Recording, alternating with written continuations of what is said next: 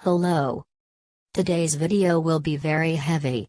The points I will make will be very honest and all informations included are pure facts that can be checked.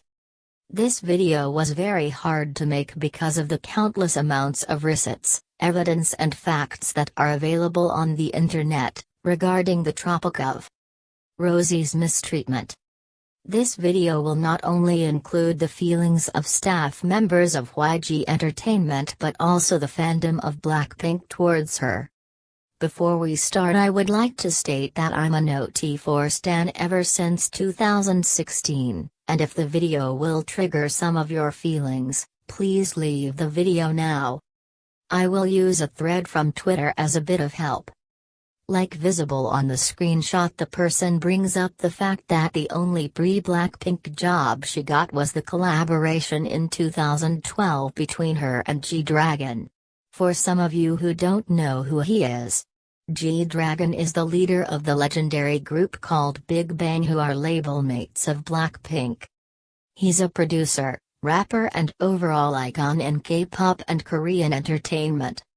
Back to the topic of Rosé. Even though she started training for a few months, she was able to caught his eye and score a gig that every accomplished artist would kill to do. When the song called Without You was revealed, she was only 14 at the time. Unlike Jennie, who also scored a collaboration with him, she wasn't credited as Rosé or even Chaeyoung. She was simply credited as of new girl group, which was understandable because she was only a trainee for a month or so at the time. But the credit was only changed in 2017. It didn't bring any promo, but I honestly think it brought more harm than it did good. After debut, even though she wasn't the most popular, she was able to caught attention of netizens, because of her unique voice. In the same year, she was able to score a collaboration stage on one of the year-end award shows, with member of EXO and Twice. Thanks to that, she was able to gain some attention. At the beginning of 2017, she appeared in show called The King of Masked Singer, which brought even more attention towards her. With only one solo show, she was able to gain attention of such artists as IU, who's the best charting female soloist in Korea. 작업하고 싶은 여자 가수는? 블랙핑크의 로제 씨.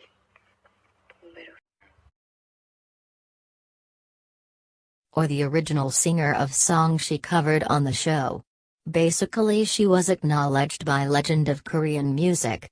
She trended every time she opened her mouth. The second and last music show she ever done was Fantastic Duo, for which she was praised as well. Even though the fact that she had a cold, all she heard were good opinions. Since then we never saw her solo on any show before 1 a.m. Netizens show interest in her several times, but it seemed like YG decided to stop promoting her since then.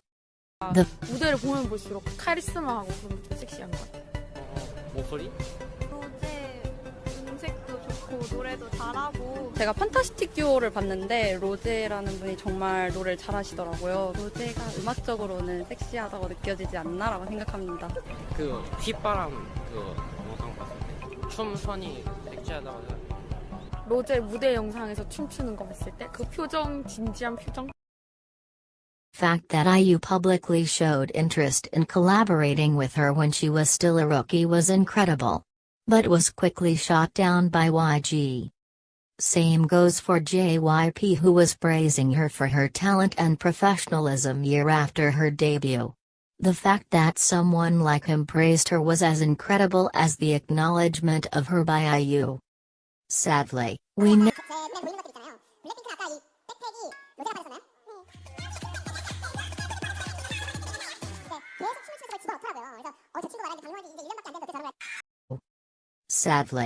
never seen the same affection of YG towards her. The fact that those sentences came out of her herself tell a lot about what YG thinks of her. The fact that the only complaint she had towards her CEO was the fact that he doesn't care about her enough. It seemed like everything was going well for her despite not getting so much love from her own company. 2017 brought her first and last solo photo shoot for magazine and her second and last collaboration stage for song Butterfly. Thanks to that, she was able to be voted by her fellow idols as a person who they want to collaborate with. Still in her rookie days. But as it was wanted by the company, Rosé's newly gained fame started to slowly fade away. Through the Blackpink's hiatus, people seemed to question how real her voice was, comparing the small snippet from Without You to the music that was created when she was in the group. The unofficial music experts diagnosed her with bad technique, which was debunked several times, by people who actually were music teachers, vocal teachers, but yet to that day people still question her voice and her validity as main vocalist of the group. Fast forward to 2018, first job of that year was her photo shoot with Jisoo. Since then it seemed like those two were paired with each other constantly.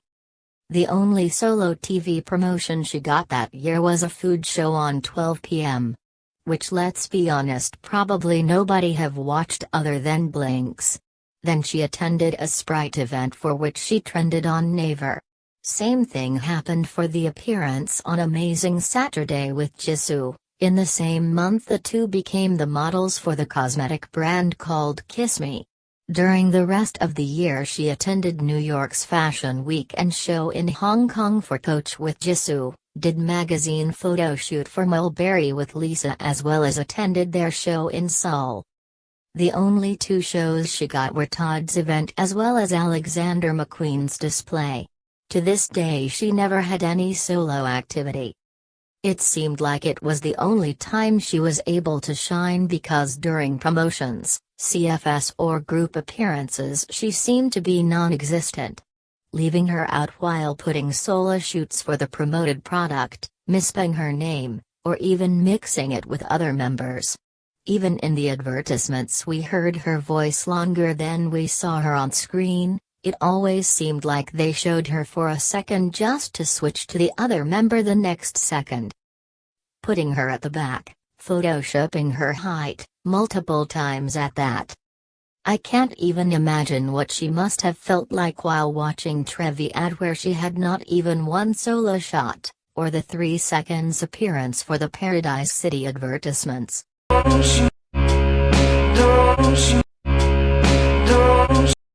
But what hurt the most was the fact that such big award show saw Blackpink as 3-membered group.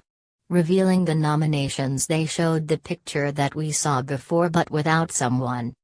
Same goes for the fact that every member seemed to rank on the most beautiful faces ranking except her.